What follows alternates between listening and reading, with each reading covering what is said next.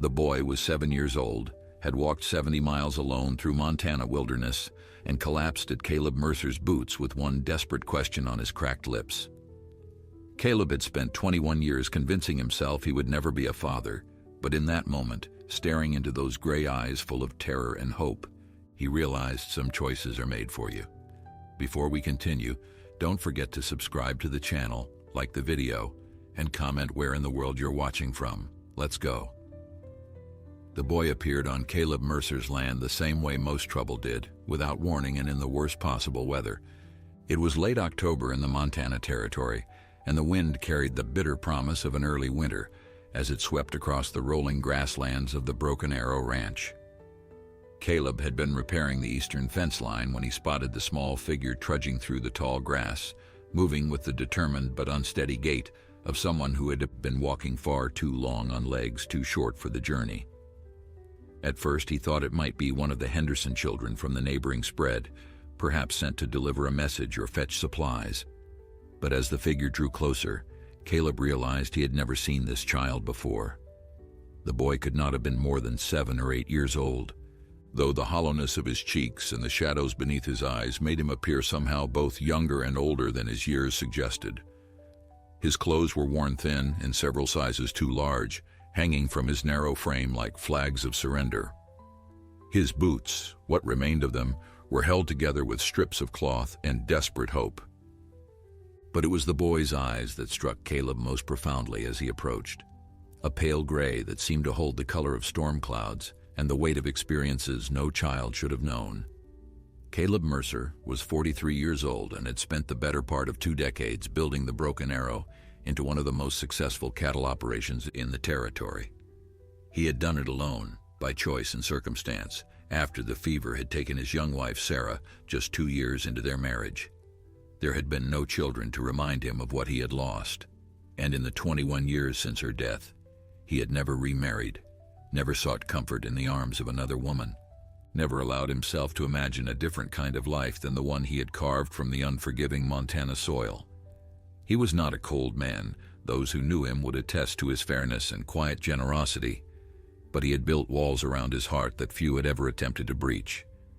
The ranch hands respected him, the townspeople admired his success, and the single women of Silver Creek had long since stopped trying to catch his eye at church socials and community gatherings. He was not the kind of man who took in strays. Yet here he stood, watching a half-starved child stumble toward him across the autumn grass, and something stirred in his chest that he had not felt in more years than he could count. The boy stopped about 10 feet away, his chest heaving with exertion, his gray eyes fixed on Caleb with a mixture of wariness and desperate hope that seemed to cut straight through all the defenses he had spent 2 decades constructing. For a long moment, neither of them spoke. The wind whistled through the fence posts, and somewhere in the distance a hawk called out its hunting cry. Then the boy straightened his thin shoulders, lifted his chin with a dignity that seemed far too practiced for someone so young, and spoke in a voice that cracked with thirst and exhaustion. "Sir, I was told you might need a hand around your place. I can work. I'm stronger than I look, and I don't eat much." The words came out in a rush, clearly rehearsed many times during the long walk that had brought him here. Caleb studied the child in silence, taking in the trembling legs that were fighting to hold him upright, the hands that were raw and blistered from gripping whatever he had been carrying before necessity forced him to abandon it, the stubborn set of his jaw that spoke of a pride learned through hardship rather than comfort. "What's your name, son?" Caleb asked, keeping his voice carefully neutral. The boy flinched almost imperceptibly at the word son, and something flickered in those storm-colored eyes before he brought it under control. "Eli, sir. Eli Turner." Caleb nodded slowly, his mind already working through the possibilities that might have brought a child this young to his doorstep alone and desperate. "Where are your folks, Eli?" The question landed like a physical blow, and this time the boy could not quite hide the pain that crossed his features. He looked down at his ruined boots, and when he spoke again, his voice was barely audible above the wind. "Gone, sir. All of them." The words carried a weight of finality that told Caleb everything he needed to know and nothing at all. Gone could mean many things on the frontier: death from disease or accident, Abandonment by parents who could not or would not care for their children, violence from the countless dangers that lurked in a land not yet fully tamed. Whatever had brought Eli Turner to this place, whatever he had lost or been forced to leave behind, the result was the same.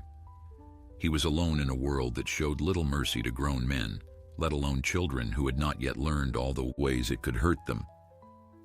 Caleb thought of his own childhood, of the father who had taught him to work the land and care for animals and stand firm against whatever storms life might send. He thought of the home he had known, simple but filled with love, before fate had carried him west in search of his own fortune. He thought of Sarah, of the children they had hoped to have before illness had stolen that dream, along with everything else. And he thought of all the years since, the empty house that echoed with silence every evening, the meals eaten alone at a table built for a family that would never gather around it. "When did you last eat?" he asked, and the question seemed to catch Eli off guard. The boy's carefully constructed composure wavered, and for just a moment Caleb saw the terrified child hiding beneath the brave facade. "I found some berries yesterday, I think, maybe the day before." The admission seemed to cost him something, as if accepting help was somehow a failure he could not afford. Caleb made his decision in that instant, though he would not fully understand the magnitude of it until much later. He walked toward the boy, watching Eli tense but hold his ground, and stopped just a few feet away. Up close, the child looked even worse than he had from a distance, his lips cracked, his skin pale beneath the dirt, his whole body swaying slightly with exhaustion. "The bunkhouse has a hot meal waiting," Caleb said, "and there's a spare room in the main house that nobody's using." He paused, choosing his next words carefully. "I could use a hand with the lighter chores, if you're willing to earn your keep once you've got your strength back." The hope that flared in Eli's eyes was almost painful to witness. "You mean it, sir? You'd let me stay?" Caleb nodded, and without thinking he reached out and placed his hand on the boy's thin shoulder, feeling the bones too close beneath the worn fabric. "For tonight, at least. We can figure out the rest tomorrow." It was not a promise of permanence, not yet, but as Caleb guided the stumbling child toward the ranch house, he could not shake the feeling that something fundamental had just shifted in his carefully ordered existence. The kitchen of the Broken Arrow ranch house had not seen a child within its walls for as long as anyone could remember. Caleb watched Eli devour the plate of stew that Martha Rawlings, his cook and housekeeper, had hastily prepared, and felt something twist in his chest at the desperate hunger in every movement the boy made. Martha stood by the stove with her arms crossed, her weathered face a study in conflicting emotions as she observed their unexpected guest. She had worked for Caleb for 15 years, ever since her husband had died in a cattle stampede and left her with no means of supporting herself. In all that time, she had never seen her employer bring anyone into the main house, let alone a half-starved child who looked like he had walked straight out of a nightmare. "Slow down, child," she said, her gruff voice softened by concern. "You'll make yourself sick eating that fast." Eli paused mid-bite, his eyes darting between Martha and Caleb with the wary calculation of someone who had learned that kindness often came with conditions. "Sorry, ma'am," he mumbled, forcing himself to take smaller bites despite the obvious effort it cost him. "It's just been a while." Martha's expression shifted, and Caleb saw the moment her heart began to crack open for this boy, the same way his own had started to fracture out there by the fence line. She turned back to the stove and began preparing a second portion without being asked. The silence in the kitchen was broken only by the scrape of Eli's spoon against the bowl and the crackling of the fire in the hearth. Caleb sat across the table from the boy, nursing a cup of coffee he did not particularly want, using the familiar ritual as an excuse to observe without seeming to stare. Eli had cleaned up somewhat, his face and hands scrubbed free of the worst of the trail dust, though the hollowness in his cheeks and the shadows under his eyes remained. His hair, now that it was not matted with dirt, proved to be a light brown that reminded Caleb painfully of Sarah. Not the color itself, for Sarah's hair had been dark as a raven's wing, but the way it fell across the boy's forehead, the stubborn cowlick that refused to lie flat despite his obvious efforts to smooth it down. "You walked here from where exactly?" Caleb asked when Eli had finished his second bowl and was beginning to look more like a living child than a ghost. The boy's hands tightened around his cup of milk, and that guarded look returned to his eyes. "From the east, sir. A town called Hadley's Crossing, maybe 2 weeks back." Caleb knew Hadley's Crossing, a small settlement about 70 miles away that had sprung up around a trading post and never quite managed to become anything more. 2 weeks of walking for a grown man in good health was one thing, but for a child of Eli's age and condition, it spoke of a determination born from desperation. "That's a long way for someone traveling alone," Caleb observed carefully. Eli nodded, his jaw tightening. "I didn't have much choice, sir." The words hung in the air between them, heavy with unspoken history. Caleb recognized the signs of a story the boy was not ready to tell, and he understood that pushing would only make him retreat further behind those walls he had built around whatever pain he carried. Some wounds needed time before they could be examined, and some truths could only be shared when trust had been earned through actions rather than demanded through questions. "Martha will show you to the spare room," Caleb said, rising from his chair. "Get some sleep. We can talk more in the morning." Eli stood as well, his movements still unsteady but stronger than they had been an hour ago. "Thank you, sir, for the food and the room. I meant what I said about working. I won't be a burden." The earnestness in his voice was almost painful to hear. This child had clearly learned that nothing in the world came without cost, that survival depended on proving one's worth before it could be questioned. Caleb wondered what kind of life had taught him that lesson so young, and felt a surge of anger toward whoever was responsible. "Get some rest," he repeated more gently this time. "Tomorrow's soon enough to worry about work." After Martha had led Eli away to the spare room, Caleb stood alone in the kitchen, staring at the empty bowls that had held enough stew to feed a grown man twice over. The boy had eaten all of it without slowing down, and Caleb suspected he could have managed more if his shrunken stomach had allowed it. How long had he been surviving on berries and whatever else he could scavenge from the land? How many nights had he spent sleeping in the open, vulnerable to predators both animal and human? The questions multiplied in Caleb's mind as he walked out onto the front porch and stared up at the vast Montana sky. The stars were brilliant tonight, scattered across the darkness like diamonds on black velvet, and the moon cast silver light across the rolling grasslands that stretched in every direction. He had built this ranch from nothing, had poured 20 years of his life into creating something lasting and valuable. But standing here now, with a strange child sleeping under his roof for the first time, Caleb found himself wondering what any of it truly meant if there was no one to share it with, no one to leave it to when his own time came.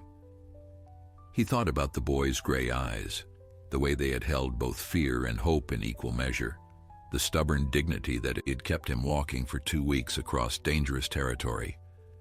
Eli Turner was a survivor, that much was clear. But survival was not the same as living, and Caleb knew from his own experience that existing without connection, without love, without family, was a kind of slow death that no amount of success or prosperity could prevent. He did not know yet what he was going to do about the child sleeping in his spare room. He did not know if Eli had family somewhere who might be searching for him, or if the boy was truly as alone in the world as he appeared. But as Caleb finally turned to go inside, he made himself a promise. Whatever happened next, he would not send that child back out into the world until he knew for certain that Eli had somewhere safe to go. The morning light found Eli standing at the kitchen window before dawn, his small frame silhouetted against the gray horizon as he watched the ranch hands begin their day. Caleb discovered him there when he came down for his customary early coffee, and he paused in the doorway to observe the boy without announcing his presence. There was something in Eli's posture that spoke of long practice at making himself small, at occupying space without truly claiming it, at being ready to flee at the first sign of danger. It was the stance of a child who had learned that safety was temporary and comfort could be snatched away without warning. "You're up early," Caleb said finally, and Eli spun around with a gasp, his hands coming up instinctively as if to ward off a blow. The reaction lasted only a second before the boy caught himself and forced his arms back down to his sides. But it was enough to tell Caleb everything he needed to know about what kind of life Eli had known before arriving at the Broken Arrow. Someone had hurt this child, had hurt him badly, and often enough that fear had become his first response to any unexpected sound or movement. The rage that surged through Caleb's chest was unlike anything he had felt in years. A cold and terrible fury directed at whoever had taught a 7-year-old boy to flinch like that. "Sorry, sir," Eli said quickly, his voice carefully controlled. "I didn't mean to startle you. I was just watching the men work. I wanted to see what needed doing so I could help." Caleb moved into the kitchen slowly, giving the boy time to adjust to his presence, and began preparing the coffee pot with deliberate, unhurried movements. "You don't need to apologize for being awake," he said, keeping his tone casual. "And I told you last night, we can talk about work once you've had some time to recover your strength." Eli's jaw tightened with that familiar, stubborn expression. "I'm strong enough, sir. I've been working since I was 5. I know how to muck stalls and carry water and collect eggs. I can do whatever you need." The desperation beneath the words cut at Caleb's heart. This child was terrified of being sent away, of being deemed useless and cast back out into the world that had already treated him so cruelly. He needed to prove his worth because he had been taught that his worth was the only thing standing between him and abandonment. Caleb poured 2 cups of coffee, then hesitated and replaced Eli's with a glass of milk instead. He set both drinks on the table and gestured for the boy to sit. "Tell me about Hadley's Crossing," he said as he settled into his own chair. "What brought you there in the first place?" Eli wrapped his hands around the glass of milk but did not drink, his eyes fixed on the table between them. The silence stretched long enough that Caleb thought he might not answer at all. Then the boy took a shaky breath and began to speak in a voice barely above a whisper. "My mother and I came west about a year ago. She had heard there was work for women in the new towns, sewing and washing and such. She thought we could make a fresh start away from everything back east." He paused and Caleb saw his throat work as he swallowed hard. "She got sick last winter. The fever took her in February." The words were delivered with a flatness that spoke of grief too deep for tears, of a loss so profound that the only way to survive it was to lock it away behind walls of numbness. Caleb knew that kind of grief intimately, had lived with it for 21 years, and he recognized its shape in the rigid set of Eli's shoulders and the emptiness in his gray eyes. "I'm sorry," he said quietly, and meant it more than he could express. "Losing a mother is a terrible thing for anyone, let alone a child your age." Eli nodded without looking up. "After she died, the people in town said I had to go to the orphanage in Helena. They said there was no place for a boy alone, that I'd be better off with the sisters." His hands tightened around the glass until his knuckles went white. "But I heard stories about that place, sir, about boys who went in and never came out or came out different, broken somehow. I didn't want to be broken." The admission cost him something. Caleb could see it in the way his whole body tensed as if preparing for judgment or punishment. "So you ran," Caleb said, not as an accusation but as a simple statement of fact. "You decided to take your chances on your own rather than trust strangers with your future." Eli finally looked up, and there was a fierce defiance in his eyes that Caleb found himself admiring despite the circumstances. "I know how to take care of myself," the boy said. "I've been doing it for a long time, even before Mama got sick. She tried her best, but things were hard, and sometimes I had to find my own food and my own shelter. I'm not afraid of hard work or sleeping rough or going hungry. I just need a chance to prove I can be useful." Martha appeared in the doorway, her timing impeccable as always. She took in the scene at the table with a single glance and moved to the stove without comment, beginning preparations for breakfast with practiced efficiency. The normalcy of her presence seemed to ease some of the tension in Eli's shoulders, and he finally raised the glass of milk to his lips and drank deeply. "What about your father?" Caleb asked, knowing the question might be painful, but needing to understand the full picture of what he was dealing with. The change in Eli was immediate and dramatic. His face closed down completely, and something dark and wounded flickered in his eyes before he brought it under control. "I don't have a father," he said flatly. "Never did, as far as I'm concerned. Mama said he left before I was born, went off to find his fortune and never came back. She waited for him for years, kept hoping he'd return, but he never did." The bitterness in the boy's voice was old and deep, the kind that had been nursed through countless nights of wondering why he had not been enough to make a man stay. Caleb felt his heart crack a little further open, understanding now why Eli had flinched at being called son, why he carried himself with such fierce independence, why he was so desperate to prove his worth. He had been abandoned before he ever drew breath, rejected by the one person who should have loved him unconditionally, and that wound had shaped everything he had become. The days that followed settled into a rhythm that surprised Caleb with its naturalness. Eli proved true to his word about being a hard worker, throwing himself into every task he was given with a determination that bordered on desperation.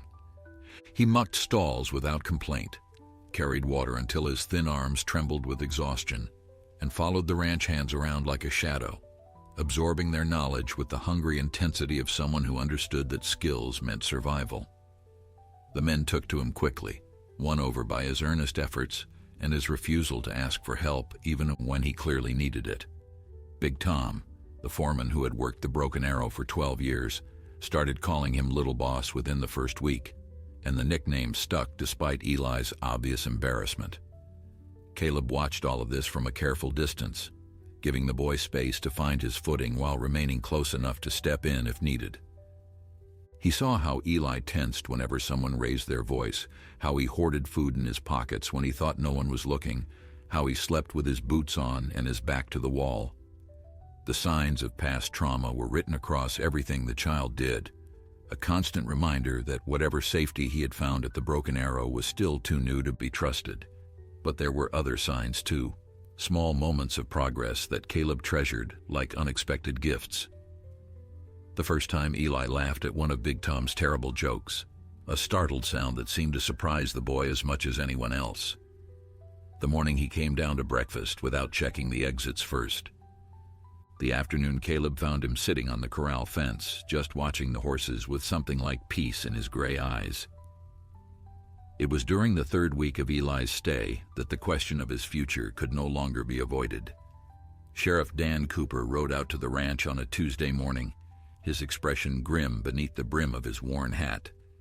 Caleb met him in the yard, keeping his body positioned between the sheriff and the house where Eli was helping Martha with the breakfast dishes.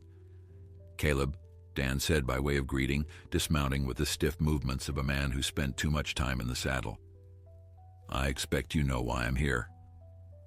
Caleb nodded slowly, his jaw tightening. "Word travels fast." The sheriff sighed, removing his hat to wipe the sweat from his brow despite the cool morning air. "Got a letter from the authorities in Helena 3 days ago. Seems they've been looking for a runaway boy, 7 years old, light brown hair, gray eyes. Ring any bells?" The description matched Eli perfectly, and they both knew it. Caleb felt something cold settle in his stomach, a dread he had been trying to ignore since the moment he first saw that small figure walking across his land. "What do they want with him?" he asked, though he already knew the answer.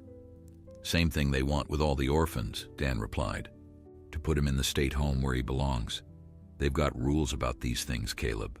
A child can't just wander the territory alone, and he can't stay with strangers without proper legal arrangements." The word strangers hit Caleb harder than he expected.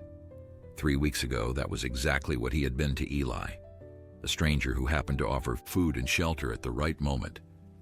But something had changed in those 3 weeks, something he was only beginning to understand. "That boy has been through enough," Caleb said, his voice low and controlled. "Sending him to some institution where nobody knows him, where nobody cares whether he lives or dies, that's not what's best for him." Dan held up his hands in a gesture of surrender. "I'm not arguing with you. I've seen the way he follows you around, the way he's started to fill out now that he's getting regular meals.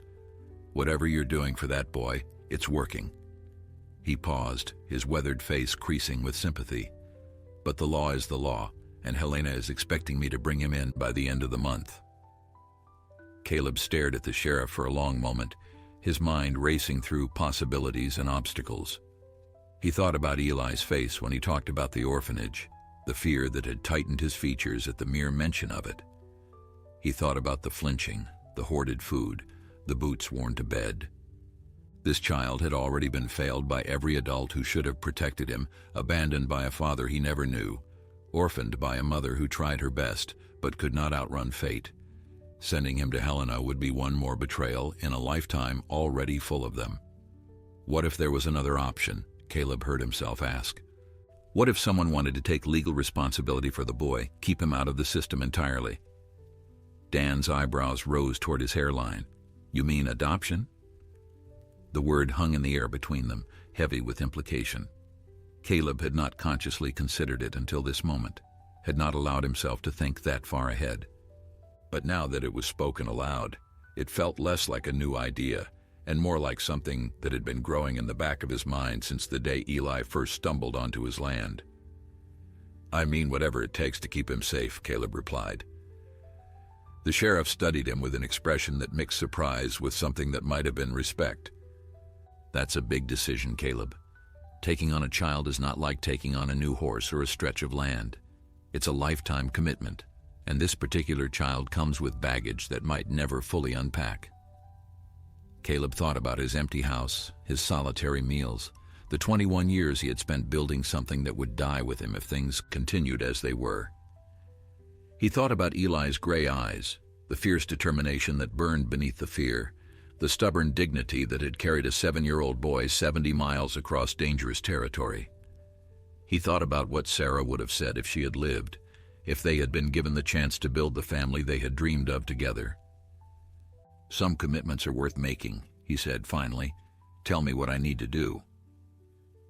The paperwork required to formalize Caleb's intentions proved more complicated than he had anticipated. Sheriff Cooper had given him the name of a lawyer in Silver Creek who handled such matters, a man named Harold Finch, who had a reputation for navigating the tangles of territorial law with skill and discretion. Caleb rode into town 3 days after their conversation, leaving Eli in Martha's capable hands with strict instructions to stay close to the house. The boy had accepted the directive without argument, though Caleb had seen the flicker of fear in his eyes at the mention of being left behind. Trust was still a fragile thing between them, easily bruised by any reminder that the safety Eli had found might be temporary. Harold Finch's office occupied the second floor of the Silver Creek Bank building, a cramped space overflowing with legal documents and the musty smell of old paper.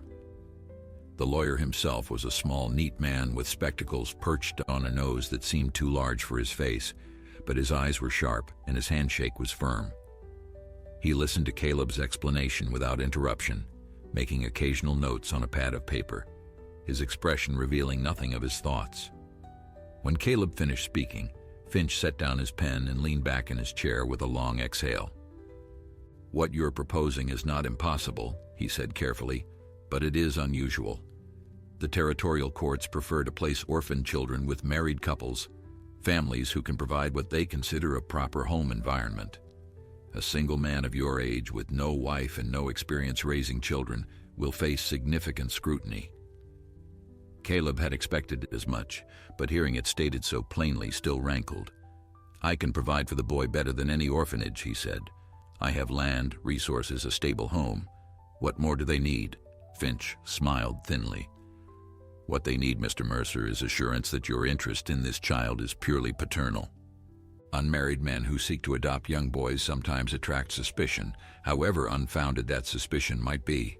You will need to demonstrate beyond any doubt that your motivations are honorable. The implication behind the lawyer's words made Caleb's stomach turn with disgust. The idea that anyone could look at his desire to protect Eli and see something sinister was almost too offensive to contemplate. But he understood the reality of the world they lived in. A world where children were vulnerable to predators who wore respectable faces, where caution was sometimes the only defense against unspeakable harm. Tell me what I need to do, he repeated, the same words he had spoken to Sheriff Cooper. Whatever it takes, however long it takes, I'm willing to do it. Finch nodded slowly, something like approval flickering in his sharp eyes. First, we'll need character witnesses. People who can testify to your reputation and your fitness as a guardian.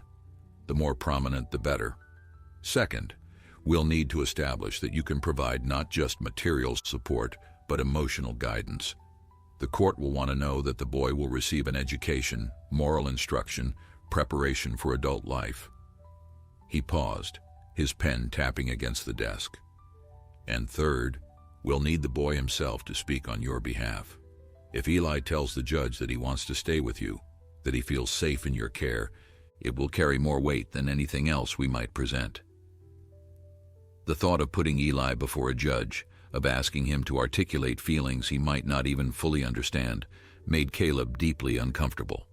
But he recognized the necessity of it, the importance of giving the boy a voice in determining his own future. Too many decisions had already been made for Eli without his consent. This one, at least, would include him. Caleb spent the next several hours with Finch, going over the details of the petition they would file with the territorial court.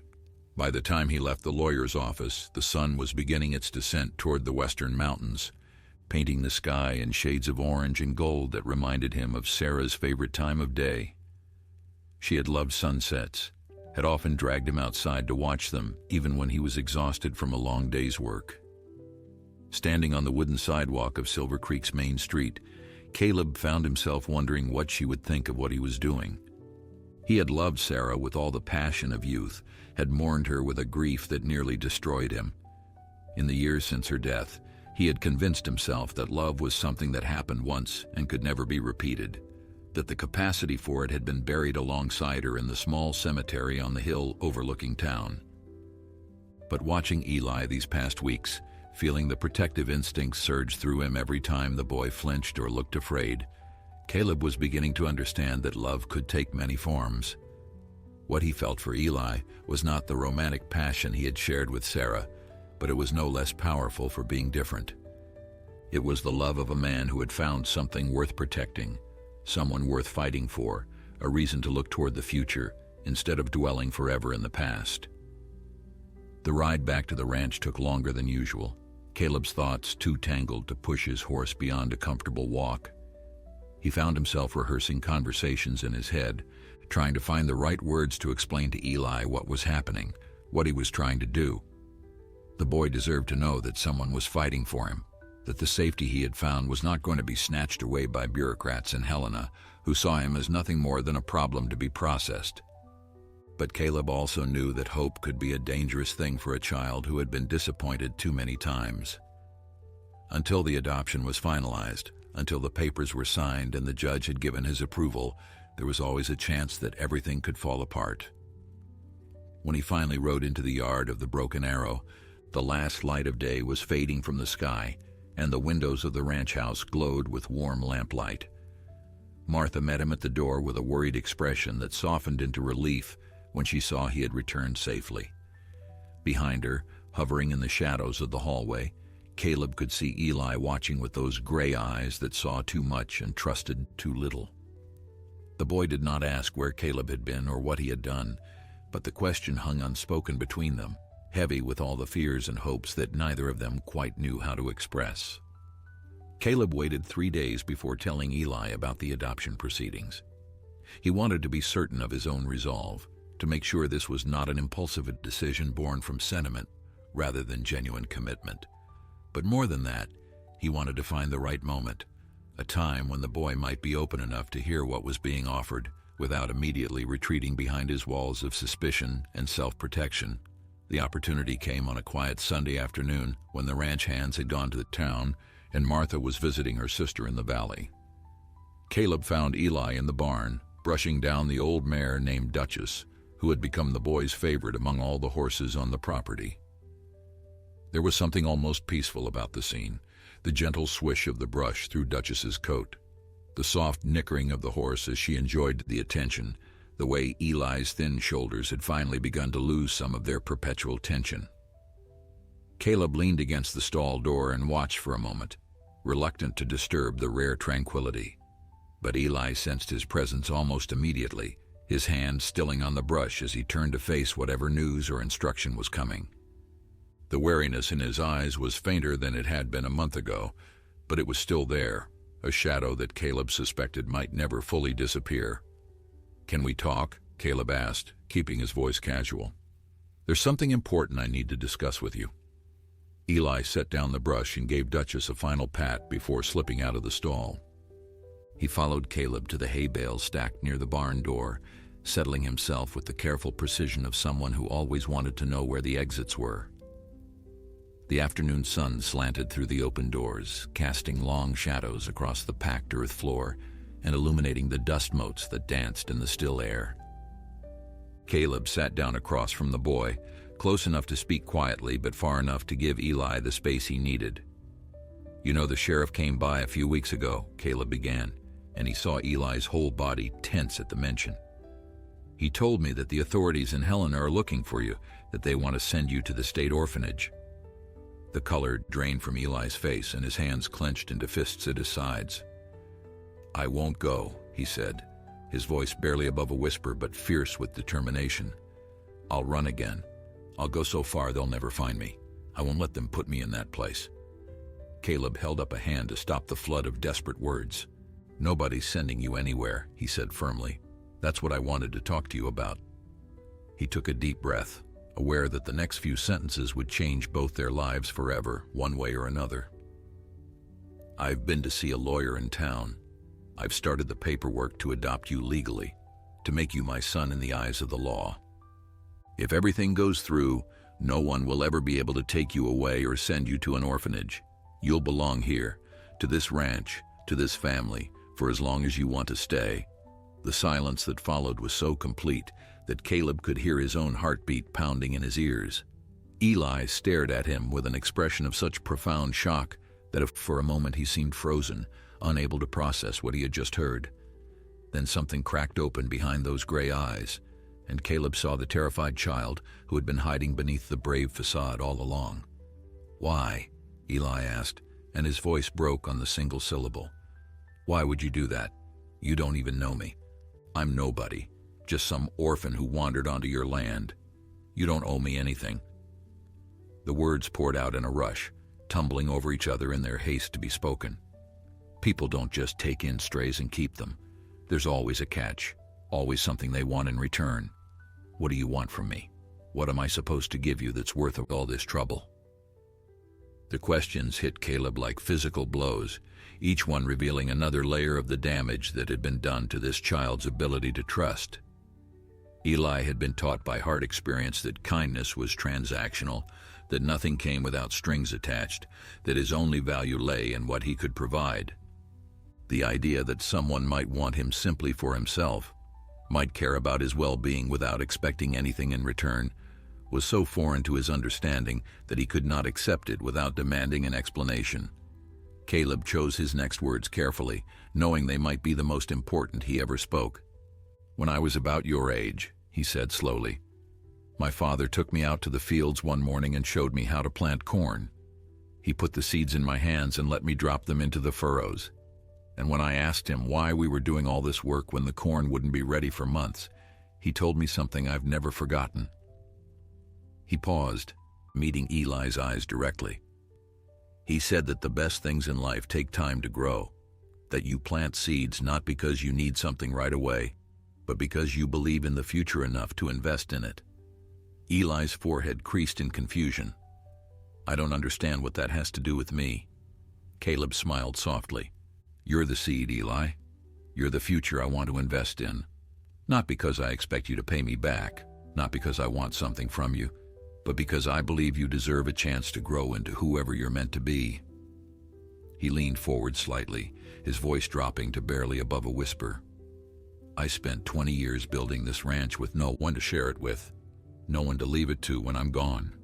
I thought that was enough. I thought I didn't need anything more. But then you came walking across my land, half-starved and stubborn as a mule, and something changed." The tears that had been building in Eli's eyes finally spilled over, cutting tracks through the dust on his cheeks. "What if I'm not worth it?" he asked, his voice small and broken. "What if you change your mind?" Caleb reached out slowly, giving Eli time to pull away, and rested his hand on the boy's thin shoulder. "I won't," he said simply. "That's not who I am." The weeks leading up to the court hearing passed with agonizing slowness.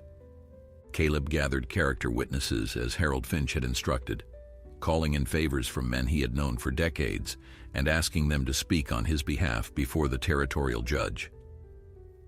Reverend Thomas Clayton from the Silver Creek Methodist Church agreed without hesitation, as did Dr. Samuel Whitmore, who had treated ranch hands and townspeople alike for nearly 30 years. Big Tom offered to testify about how Eli had flourished under Caleb's care, and even Mrs. Abernathy from the general store volunteered her support, though she had never exchanged more than a dozen words with Caleb in all the years he had been buying supplies from her establishment. The outpouring of support touched Caleb more than he could express, revealing a web of connection and community that he had not realized existed around him. He had spent so long keeping to himself, focused on his ranch and his solitary grief, that he had failed to notice how many people considered him a friend despite his emotional distance. It was humbling and slightly overwhelming to discover that his reputation was strong enough to bring people forward on his behalf without promise of reward or return favor. Eli watched all these preparations with a mixture of hope and terror that he could not quite conceal. The boy had begun to believe that maybe, just possibly, this might actually work, that he might truly find a permanent home after years of uncertainty and loss. But the fear of disappointment ran deep, carved into his psyche by too many broken promises and abandoned hopes. Caleb caught him sometimes standing at the window late at night, staring out at the darkness as if expecting someone to come and drag him away before the adoption could be finalized. It was during one of these late nights that Caleb finally learned the full truth about Eli's father. He had come downstairs for a glass of water and found the boy curled up in the corner of the kitchen, his knees drawn to his chest and his arms wrapped around them like he was trying to hold himself together. The moon cast pale light through the window, illuminating the tear tracks on Eli's cheeks and the trembling of his thin shoulders. Caleb lowered himself to the floor beside the boy, his joints protesting the movement, and waited in silence for Eli to speak or not speak as he chose. He came back once, Eli finally whispered, his voice so quiet that Caleb had to strain to hear it. "My father. When I was 5 years old, he showed up at our door like nothing had happened, like he hadn't been gone my whole life." The bitterness in the boy's voice was old and deep, a wound that had never properly healed. Mama was so happy. She cried and laughed and held on to him like she was afraid he'd disappear again. She told me to call him Papa, said everything was going to be different now, that we were finally going to be a real family. Caleb felt his chest tighten with dread, knowing that this story would not have a happy ending. "What happened?" he asked gently. Eli's hands clenched into fists against his knees. "He stayed for 3 months, long enough for me to start believing it too, to start thinking maybe he really did love us. Maybe he really was going to stay this time." His voice cracked, and he had to pause to collect himself before continuing. "Then one morning I woke up and he was gone. No note, no explanation, no goodbye. He just vanished like he had never been there at all, and he took every cent Mama had saved with him." The anger that surged through Caleb was almost overwhelming. To abandon a child once was despicable enough, but to return, to build hope and trust, only to shatter it again with deliberate cruelty, was a betrayal beyond comprehension. He understood now why Eli struggled so desperately to believe that anyone could truly want him, why he hoarded food and slept with his boots on, why the word father made him flinch like a physical blow. "Mama never recovered," Eli continued, his voice dropping even lower. "She kept waiting for him to come back again, kept making excuses for why he left.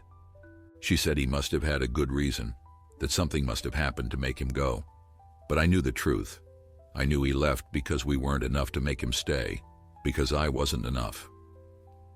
The admission came out in a rush of pain and shame, the core wound that lay beneath all the others. "That's why I ran when Mama died. Because I knew what would happen in that orphanage. People would look at me and see what my father saw, someone not worth keeping, someone easy to throw away." Caleb reached out and placed his hand on Eli's shoulder, feeling the boy tremble beneath his touch. "Look at me," he said, and waited until those gray eyes, bright with tears and old hurt, met his own. "What your father did was not your fault. It was never your fault. Some men are too broken inside to know how to love, too selfish to put anyone else's needs above their own. That's a failing in him, not in you. He squeezed Eli's shoulder gently. You are worth keeping, Eli. You are worth fighting for. And I'm going to spend the rest of my life proving that to you if I have to. The boy stared at him for a long moment, searching his face for any sign of deception or false promise. Whatever he found there must have satisfied something deep inside him, because his rigid posture slowly began to soften, the walls he had built around his heart cracking just a little further open. What if the judge says no? He asked, voicing the fear that had been haunting them both. What if they decide you can't keep me? Caleb did not hesitate. Then we'll appeal. We'll fight it. We'll do whatever it takes, for as long as it takes. I made you a promise, and I intend to keep it. He held Eli's gaze steadily. I am not your father, Eli. I don't run when things get hard, and I don't abandon the people I care about. Whatever happens in that courtroom, that truth isn't going to change. For the first time since Caleb had found him in the kitchen, something that looked almost like peace settled over Eli's features. The fear was still there, the doubt still lurking in the shadows. But alongside them now was something new, a fragile seed of trust that had finally found soil deep enough to take root. They sat together on the kitchen floor until the moon set and the first gray light of dawn began to creep across the horizon, two wounded souls learning slowly how to heal. The morning of the court hearing dawned gray and cold, the sky heavy with clouds that threatened snow but never quite delivered. Caleb dressed in his best suit, a dark wool affair that he had not worn since Sarah's funeral 21 years ago, and found that it still fit well enough despite the passage of time. Martha had pressed it the night before, her face tight with worry that she tried unsuccessfully to hide. The whole ranch had been on edge for days, everyone invested in the outcome of proceedings that would determine whether Eli stayed or was torn away from the only stable home he had ever known. Eli emerged from his room wearing clothes that Martha had sewn especially for the occasion, a crisp white shirt and dark trousers that made him look older than his 7 years. His hair had been combed flat against his head, though the stubborn cowlick was already beginning to reassert itself. The boy's face was pale, his gray eyes huge in his thin face, and Caleb could see the fear he was trying so hard to conceal. They rode into Silver Creek in silence, the wagon wheels crunching over the frost-hardened road while the cold wind cut through their coats and made their eyes water. The territorial courthouse was an imposing brick building that dominated the town square, its columns and carved stonework designed to convey the weight and dignity of the law. Caleb had been inside only once before, years ago, to register a land deed, and he remembered feeling small beneath its high ceilings and echoing halls. Today that feeling was magnified 100-fold, knowing that somewhere inside those walls a stranger would decide whether he was fit to be a father. Harold Finch met them at the entrance, his small frame wrapped in a heavy overcoat and his spectacles fogging slightly in the cold air. The judge is William Blackstone, the lawyer said quietly as they walked through the corridors. He's fair but traditional. He'll want to see evidence that this arrangement serves the boy's best interests, not just yours. Let me do most of the talking, but when he asks you questions, answer honestly and directly. Don't try to be clever or evasive. Caleb nodded, his throat too tight for speech. Beside him, Eli walked with the rigid posture of someone approaching an execution rather than a legal hearing. The boy had not spoken a word since they left the ranch, retreating into the protective silence that had been his shield for so long. The courtroom itself was smaller than Caleb had expected, a wood-paneled chamber with rows of benches facing a raised platform where Judge Blackstone presided. The character witnesses were already present, seated in the front row with expressions ranging from nervous to determined. Reverend Clayton offered a reassuring nod as Caleb and Eli took their places at a table beside Harold Finch.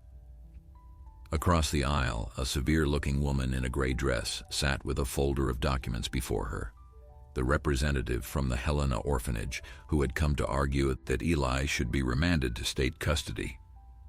Judge Blackstone was an older man with iron-gray hair and deep-set eyes that seemed to miss nothing. He called the proceedings to order with a bang of his gavel that made Eli flinch, and then listened in silence as both sides presented their arguments. The woman from Helena spoke of regulations and proper procedures, of the importance of placing orphan children in supervised institutional settings where their welfare could be monitored by trained professionals. She described the orphanage as a safe haven, a place where boys like Eli could receive education, moral instruction, and preparation for useful employment. Harold Finch countered with character testimony, calling each of the witnesses forward to speak about Caleb's reputation and fitness as a guardian. Reverend Clayton described him as a man of integrity and quiet faith. Dr. Whitmore testified to his reliability and good health. Big Tom, uncomfortable in his Sunday clothes, spoke haltingly but sincerely about the transformation he had witnessed in Eli since the boy's arrival at the Broken Arrow. Through it all, Caleb sat with his hands folded on the table before him, trying to project a calm he did not feel while his heart hammered against his ribs. Then Judge Blackstone turned his penetrating gaze directly on Eli. "I would like to hear from the boy himself," he said, his voice deep and resonant in the quiet chamber. "Young man, please approach the bench." Eli rose on trembling legs and walked forward, looking impossibly small beneath the high ceiling and the weight of all those watching eyes. Caleb wanted desperately to go with him, to stand beside him and shield him from whatever was coming. But he forced himself to remain seated, knowing that this was something Eli had to do alone. "Eli Turner," the judge said, his tone softening slightly as he addressed the child. "Do you understand what is happening here today?" Eli nodded, his voice barely audible when he spoke. "Yes, sir. You're deciding whether I get to stay with Mr. Mercer or have to go to the orphanage." Judge Blackstone leaned forward, studying the boy with an intensity that made Caleb hold his breath. "And what do you want? Setting aside what the adults in this room think is best, what does Eli Turner want for his own future?" The question seemed to catch Eli off guard. He stood frozen for a moment, his mouth opening and closing without sound, as if the concept of being asked his own opinion was entirely foreign to him. Then something shifted in his expression, a spark of that fierce determination that Caleb had first seen in a half-starved child walking across his land. "I want to stay," Eli said, his voice growing stronger with each word. "I want to stay with Mr. Mercer. He's the first person who ever made me feel like I wasn't just a burden to be passed along. He looks at me like I matter, like I'm worth something." His hands clenched at his sides and tears began to spill down his cheeks despite his obvious efforts to hold them back. "Please don't send me away. Please don't make me go somewhere else and start over again. I'm so tired of being alone." The raw honesty of the plea echoed through the silent courtroom, and Caleb felt tears burning in his own eyes as he watched this brave, broken boy lay his heart bare before strangers. The silence that followed Eli's words stretched for what felt like an eternity. Judge Blackstone sat back in his chair, his weathered face unreadable as he studied the trembling boy standing before him. The woman from Helena shifted in her seat, clearly preparing to object or offer some counter-argument, but the judge raised a hand to silence her before she could speak. His gaze moved slowly from Eli to Caleb, and something flickered in those deep-set eyes that might have been recognition or perhaps understanding of a truth that transcended legal procedures and institutional regulations. "Mr. Mercer," the judge said finally, his voice cutting through the tense atmosphere like a blade through fog, "please approach the bench." Caleb rose on legs that felt uncertain beneath him and walked forward to stand beside Eli. Without thinking, he placed his hand on the boy's shoulder, feeling the tremors that still ran through his thin frame. Eli leaned into the touch almost imperceptibly, seeking comfort from the only source he trusted in this intimidating room full of strangers who held his fate in their hands. Judge Blackstone removed his spectacles and polished them slowly, a gesture that seemed designed to give himself time to think. "I have presided over many cases involving orphan children," he said at last. "I have seen situations where institutions were clearly the best option, where the stability and structure of a proper orphanage served children far better than questionable placement with individuals whose motivations were suspect or whose capabilities were inadequate." He paused, replacing his spectacles and fixing Caleb with a penetrating stare. "I have also seen cases where the rigid application of rules and procedures failed to account for the human element, where children were denied loving homes because the circumstances did not fit neatly into predetermined categories. The courtroom was utterly silent, every person present holding their breath as they waited for the verdict. Caleb could feel his heartbeat pounding in his temples, could feel Eli's shoulder rigid with tension beneath his palm.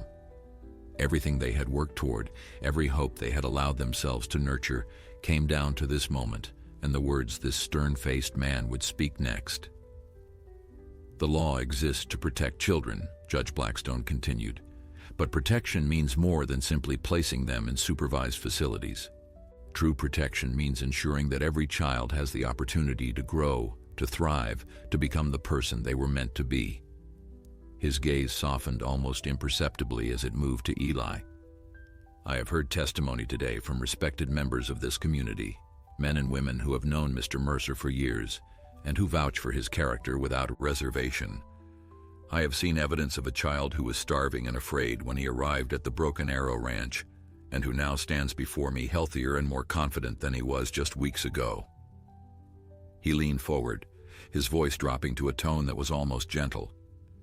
"But most importantly, I have heard from Eli himself. I have seen the way he looks at Mr. Mercer, the trust that has begun to grow between them despite everything this boy has endured. That is not something that can be manufactured or faked. That is the beginning of a family." Caleb felt something break open in his chest, a flood of emotion so powerful that he had to grip Eli's shoulder more tightly just to steady himself. Beside him, the boy had gone completely still, as if afraid that any movement might shatter the fragile hope that was building in the air around them. "It is the decision of this court," Judge Blackstone announced, his voice rising to fill the chamber with unmistakable authority, "that the petition for adoption filed by Caleb James Mercer is hereby granted. From this day forward, Eli Turner shall be known as Eli Turner Mercer, with all the rights, privileges, and protections that status confers." He banged his gavel once, the sound echoing like a thunderclap through the room. "This court is adjourned." For a moment, Caleb could not move. The words seemed to hang in the air before him, too momentous to fully absorb. Then Eli turned and looked up at him with an expression of such profound wonder and disbelief that it shattered whatever composure Caleb had been maintaining. Tears spilled freely down both their faces as the reality of what had just happened began to sink in. They were family now, legal, official, permanent family. No one could take Eli away. No one could send him to an orphanage or pass him along to strangers. He belonged somewhere at last. The courtroom erupted in quiet celebration around them. Reverend Clayton was wiping his eyes with a handkerchief. Big Tom had risen from his seat and was grinning broadly despite the tears streaming down his weathered cheeks. Even Harold Finch, usually so composed and professional, allowed himself a small smile of satisfaction at the outcome. But Caleb barely registered any of it. His entire world had narrowed to the boy standing before him, the son he had never expected to have, the family he had never dared to hope for. They walked out of the courthouse together into a world that looked exactly the same as it had an hour ago, but felt entirely different. The gray sky had begun to clear, patches of blue breaking through the clouds like promises of better days to come.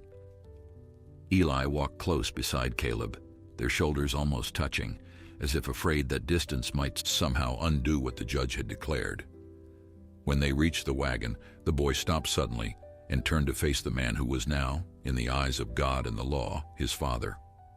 "Sir," Eli said, his voice small and uncertain despite everything that had just happened, "is it true that fathers don't leave?" The question hit Caleb with the force of a physical blow. He understood what was being asked, understood the deep well of fear and doubt from which it sprang. This child had been abandoned by one father already, had learned through bitter experience that the word meant nothing without the commitment to back it up. He needed more than legal documents and courtroom declarations. He needed a promise that would hold against all the broken promises that had come before. Caleb knelt down on the cold ground, bringing himself to Eli's level so he could look directly into those gray eyes that had seen too much pain for someone so young. He placed both hands on the boy's shoulders, feeling the slight frame, the racing heartbeat, the desperate need for reassurance that radiated from every fiber of his being. "Not this one," Caleb said, his voice rough with emotion but steady with conviction. "Not ever." 5 years passed like water through open fingers, swift and precious and impossible to hold. The boy who had stumbled onto Caleb Mercer's land half-starved and terrified grew into a young man of 12, tall for his age and strong from years of ranch work alongside the father who had chosen him when no one else would. Eli's gray eyes still held shadows sometimes, echoes of the pain he had known before the broken arrow became his home. But they also held light now, laughter and confidence and the quiet certainty of someone who knew exactly where he belonged. The ranch had changed too, in ways both obvious and subtle. Martha Rawlings still ruled the kitchen with benevolent authority, but she had taken to baking extra desserts on Sundays because she knew how much Eli loved her apple pie. Big Tom had appointed himself the boy's unofficial mentor in all of things related to cattle and horses, spending countless hours teaching him the skills that would one day make him a rancher in his own right. The bunkhouse rang with laughter more often now, the men drawn to Eli's earnest questions and infectious enthusiasm for learning everything they could teach him. Caleb watched his son ride across the north pasture on a spring morning, sitting tall in the saddle on a chestnut mare that had been his birthday gift the year before. The boy handled the horse with natural grace, moving as one with the animal in a way that spoke of countless hours of practice and genuine love for the work. Pride swelled in Caleb's chest, so fierce it almost hurt, and he marveled once again at the unexpected turn his life had taken on that cold October day 5 years ago. He had been so certain that his story was finished, that the chapters involving family and love and connection had ended with Sarah's death and would never be reopened.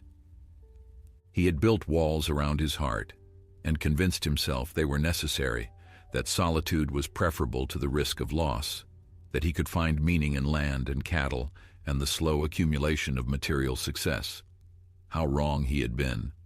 How much he would have missed if a desperate child had not wandered across his property and forced him to reconsider everything he thought he knew about himself. Eli spotted him watching and raised a hand in greeting before turning the mare toward where Caleb stood by the corral fence. The morning sun caught the boy's brown hair, bringing out the same stubborn cowlick that had never learned to lie flat, no matter how much Martha tried to tame it. His face was fuller now, healthy and tanned from days spent outdoors, and when he smiled it transformed his features into something radiant that never failed to lift Caleb's spirits. "Storm's coming in from the west," Eli reported as he brought the mare to a halt. "Big Tom says we should move the herd to the lower pasture before it hits." Caleb nodded, already calculating the time and manpower they would need. "Good thinking. Take Pete and Samuel and start rounding them up.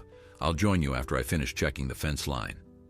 Eli grinned, clearly pleased to be trusted with the responsibility. "Yes, sir." He started to turn the mare away, then paused, something flickering across his expression that Caleb had learned to recognize over the years. "Pa," he said, and the word still sent warmth flooding through Caleb's chest every time he heard it. It had taken Eli nearly a year to use it for the first time, the syllable emerging hesitantly during a quiet evening by the fire, as if the boy was testing whether it would be accepted or rejected. Caleb had pretended not to notice the magnitude of the moment, had simply responded naturally to whatever question followed, and gradually the word had become more frequent until it flowed as easily as breathing. "What is it, son?" Caleb asked, leaning against the fence rail. Eli was quiet for a moment, his gray eyes thoughtful as he searched for the right words. "I was thinking about my mother today," he said finally, "about how happy she would be to see me here, to know I found a real home." His voice caught slightly, the old grief never entirely gone, but no longer as sharp as it once was. "I wish she could have met you. I think she would have liked you." Caleb felt his throat tighten with emotion. Eli rarely spoke of his mother, the memory still too painful to examine closely, and the fact that he was sharing this now spoke volumes about how far he had come. "I wish I could have met her too," Caleb said honestly. "Any woman who raised a boy like you must have been something special." A smile ghosted across Eli's features, sad and sweet in equal measure. "She used to tell me that everything happens for a reason, even the hard things. I didn't believe her for a long time, but I think maybe she was right. He looked around at the ranch, at the land that had become his home, at the man who had become his father. If things had been different, if she hadn't gotten sick, I never would have found you. I never would have known what it felt like to be part of a real family. The words settled into Caleb's heart and took root there, filling spaces he had not even realized were empty. He stepped forward and placed his hand on Eli's knee, feeling the solid reality of this child who had become the center of his world. "I'm the lucky one," he said quietly. "You gave me something I didn't know I was missing. You gave me a reason to look forward instead of back." They stayed like that for a moment, father and son connected by touch and understanding, and the unbreakable bond they had built from nothing but mutual need and stubborn hope. Then Eli straightened in the saddle, that familiar determination settling over his features. "I should go help with the herd," he said, and Caleb nodded, releasing him with a final pat on the leg. He watched his son ride away across the pasture, silhouetted against the vast Montana sky, and felt the kind of peace he had thought was lost to him forever. The storm clouds were gathering on the horizon, dark and heavy with the promise of rain, but Caleb did not fear them. He had weathered worse storms than anything the sky could send, and he had not faced them alone. The wind carried the sound of Eli's laughter as he joined the other hands, bright and clear and full of life, and Caleb smiled as he turned back toward the fence line and the work that waited. There would be challenges ahead, there always were, but they would face them together. This family built not from blood but from choice, from love, from the simple truth that some bonds were stronger than biology could ever make them. And that was enough. That was more than enough. That was everything.